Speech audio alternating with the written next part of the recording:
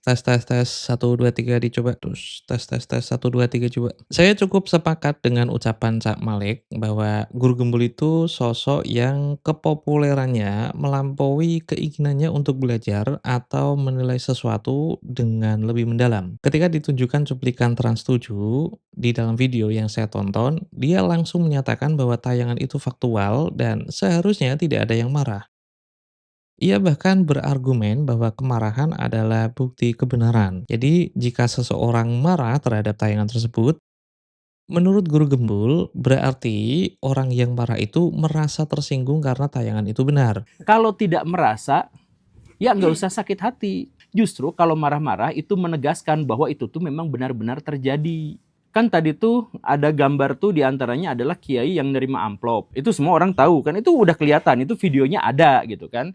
Walaupun konteksnya nggak ada. Nah karena konteksnya nggak ada, kasih pengetahuan supaya ada, bukan marah-marah. Jadi, sederhananya begini, jika saya atau siapapun marah dengan tayangan Trans7, maka kemarahan kita diposisikan bukan sebagai reaksi terhadap ketidakakuratan atau ketidaksopanan media, melainkan sebagai pengakuan bahwa tayangan Trans7 itu tepat sasaran. Pertama, logika semacam ini adalah cacat pikir atau disebut fallacy. Kecacatan logikanya terletak pada cara menilai kebenaran suatu klaim berdasarkan reaksi emosional terhadap klaim itu. Guru gembul memperlakukan emosi sebagai data mentah, kawan-kawan. Jadi, seolah-olah amarah dan keberatan seseorang terhadap tayangan itu tidak memiliki lapisan epistemik. Padahal, semua orang tahu, bahkan ini didukung oleh jurnal akademik, bahwa seseorang bisa marah karena banyak faktor, dan salah satunya adalah fitnah. Kedua, setelah ditunjukkan cuplikan Trans7 di dalam video yang sama, tampaknya guru gembul tidak tahu siapa tokoh di dalamnya, sehingga langsung menyetujui tayangan itu. Dari sinilah saya menduga bahwa guru gembul, entah karena kecerobohan atau memang disengaja, dia gagal membedakan antara cuplikan yang faktual dengan cuplikan yang merepresentasikan apa yang dinarasikan. Saya ingin menjelaskan terlebih dahulu duduk permasalahannya. Pengisi suara Trans7 itu kan berbunyi, ketemu kiainya masih ngesot dan cium tangan. Dan ternyata yang ngesot itulah yang ngasih amplop. Netizen curiga bahwa bisa jadi inilah kenapa sebagian kiai makin kaya raya. Tolong dengarkan penjelasan saya berikut. Jika Trans7 menggunakan cuplikan kiai kontroversial yang secara hukum terbukti bermasalah, seperti kiai yang terbukti mencabuli santri putrinya, gus-gus tengil yang tidak pernah mengaji namun pamer ponsel iPhone versi termahal di Instagram, atau Ning yang menyuruh santri seperti mandor terhadap babunya, maka saya berani menjamin tidak akan ada protes semasif ini. Karena kalangan santri sendirilah yang sudah, sedang, dan akan terus mengkritik hal itu. Akan tetapi, yang terjadi adalah sebaliknya. Sosok yang paling tidak pantas menerima tuduhan itu justru dijadikan wajah untuk tuduhan Trans7. Sosok itu adalah Kiai Haji Anwar Mansur, pengasuh pondok pesantren Lirboyo, yang usia pondoknya itu lebih tua dari usia kemerdekaan Indonesia. Jadi itulah kawan-kawan alasan kenapa yang protes paling awal sehari setelah tayangan itu adalah alumni Lirboyo, bukan alumni pondok yang lain. Cuplikan Kiai Anwar memang real, video itu juga tidak ada yang meragukan otentitasnya. Jadi tidak ada yang mempertanyakan otentitas rekaman itu.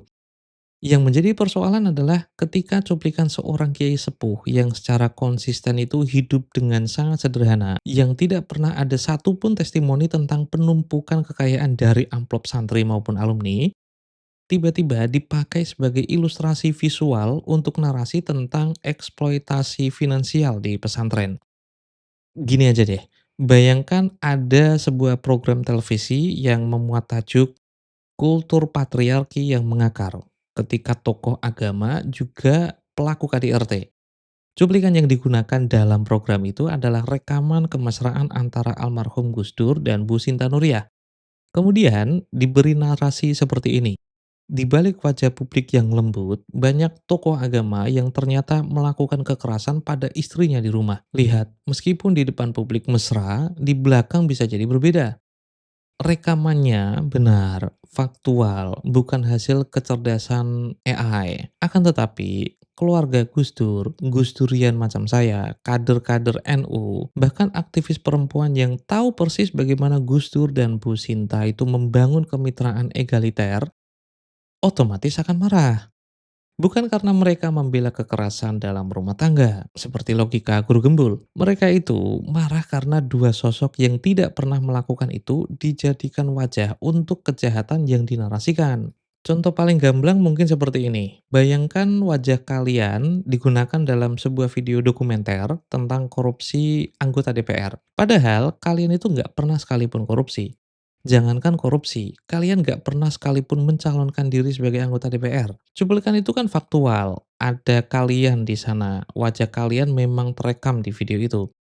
Tapi penggunaan cuplikan itu dalam konteks narasi korupsi adalah fitnah visual. Atau gini aja deh, ada sebuah liputan dengan tajuk "Awasi anak Anda karena guru sekolah itu bisa menjadi pelaku pencabulan". Kemudian memunculkan rekaman guru gembul sedang mengobrol dan tertawa bersama 2-3 muridnya. Lantas, di cuplikan tersebut ada pengisi suara yang memberi narasi di balik tawa seorang guru seperti ini, ada korban-korban pencabulan yang tidak berani bersuara di depannya. Apakah rekaman itu faktual? Iya, karena ada guru gembul di sana dan tidak dibuat oleh AI. Tapi, apakah tayangan tersebut tepat sasaran? Tentu saja tidak. Dan ketika guru gembul marah, pembuat dokumenter berkelakar seperti ini. Loh, kok Anda marah? Ini kan fakta. Kalau marah, ya berarti memang benar dong. Coba bayangkan, betapa absurdnya logika itu. Ya, tapi itulah persisnya argumen yang guru gembul sodorkan. Kemarahan seperti ini, kawan-kawan, sebenarnya bukanlah bentuk sensitivitas yang berlebihan. Ini adalah penolakan terhadap fitnah visual yang ditayangkan secara insinuatif. Nah, tepat seperti itulah perasaan alumni Lirboyo ketika melihat Kiai Anwar dijadikan ilustrasi Trans 7. Kemarahan mereka itu bukan karena membela praktek eksploitasi di pondok pesantren atau membenarkan kiai-kiai yang manipulatif. Hati para alumni Lirboyo itu sakit karena cuplikan yang dijadikan ilustrasi adalah sosok yang tidak pernah terbukti melakukan apa yang dituduhkan pengisi suara tersebut. Bayangkan kalian hidup menjadi santri Lirboyo dan saksi hidup dari karakter Mbah War bertahun-tahun. Kalian tidur di Lirboyo, makan di dapur Lirboyo, melihat langsung bagaimana Mbah War menjalani kehidupan. Ketika seseorang yang kalian kenal secara intim bertahun-tahun seperti ini difitnah di hadapan publik nasional lewat program Trans 7, kemarahan kalian itu bukanlah bentuk defensif. Itu adalah kemarahan yang legitimatif untuk meluruskan.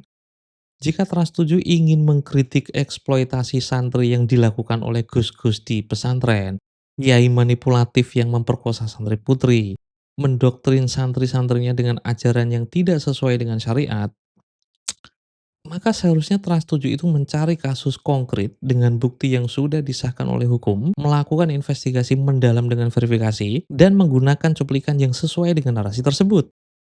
Nah, alih-alih melakukan itu, yang Trans 7 lakukan adalah kebalikannya, yaitu menggunakan tokoh yang tidak terbukti melakukan apa yang dituduhkan tanpa sekalipun konfirmasi, bahkan memakai rekaman TikTok orang lain, dan jauh dari upaya investigasi, malah diperparah dengan pengisi suara yang ngenyek gitu. Pengisi suara yang seperti netizen mengomentari baju Ayu Ting Ting saat manggung lah.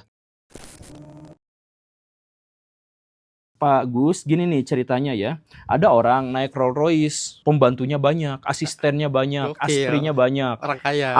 buat akiknya banyak di sini, rekeningnya banyak. Gak mungkin dia tuh disebut fakir miskin. Jadi ketika masyarakat melihat, ketika media menyorot dengan kamera, kalau memang ada konteks di belakang, silahkan jelaskan, silahkan klarifikasi. Tapi kalau nggak ada, gak usah nyolot, gak usah marah sampai menggerakkan ada alumni, Betul, ada himpunan alumni. Tapi bukankah ini menambah satu ironi lagi?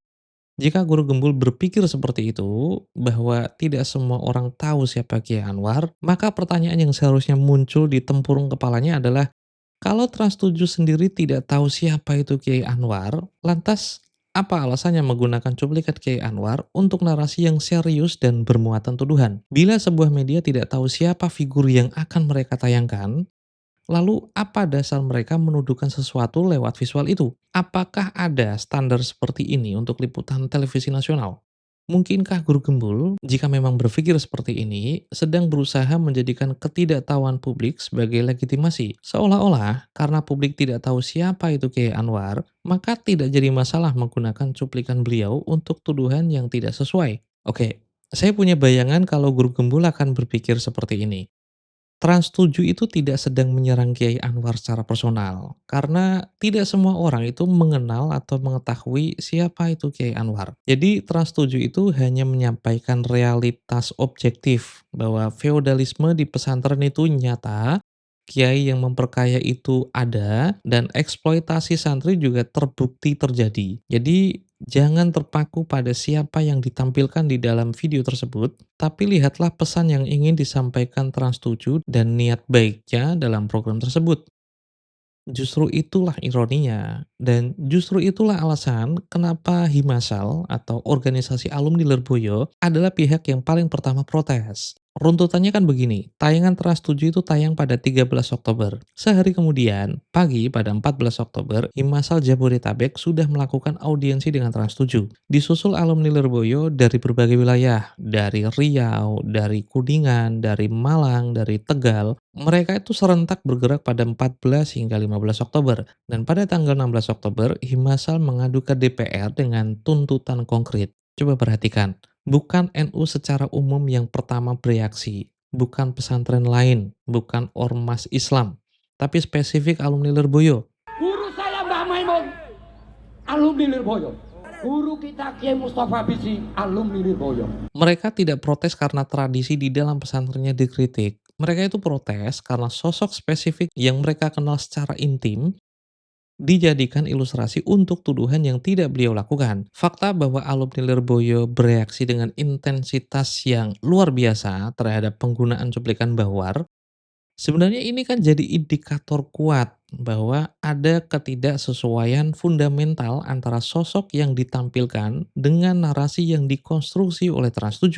Kemudian yang ketiga, niat baik itu, kawan-kawan, tidak serta-merta membebaskan seseorang dari tanggung jawab akurasi. Niat baik juga, kawan-kawan, tidak bisa menggantikan kewajiban verifikasi. Kalau semua tuduhan dan fitnah diperbolehkan asal dengan niat baik, ya maka tidak akan ada manusia yang bisa mendapatkan perlindungan. Justru karena prinsip akurasi tersebutlah setiap individu, entah itu dikenal ataupun tidak, bisa mendapatkan perlindungan. Ada contoh menarik ketika saya menonton videonya Guru Gembul beberapa saat setelah dia mereaction video Trans 7 tersebut. Beberapa saat setelah Guru Gembul membenarkan tayangan Trans 7 itu, dia akan membuat unggahan yang konon bakal memidanakan Gus Wafi. Gara-gara percakapan pribadi antara dia dan Gus Wafi itu disebarkan di media sosial. Dengan sangat jelas, saya mendengar sendiri bahwa Guru Gembul itu menyatakan data pribadi seseorang tidak boleh disebarkan tanpa izin. Percakapan pribadi tidak boleh di-screenshot dan disebarkan tanpa persetujuan. Foto yang bisa diidentifikasi adalah data pribadi yang harus dilindungi.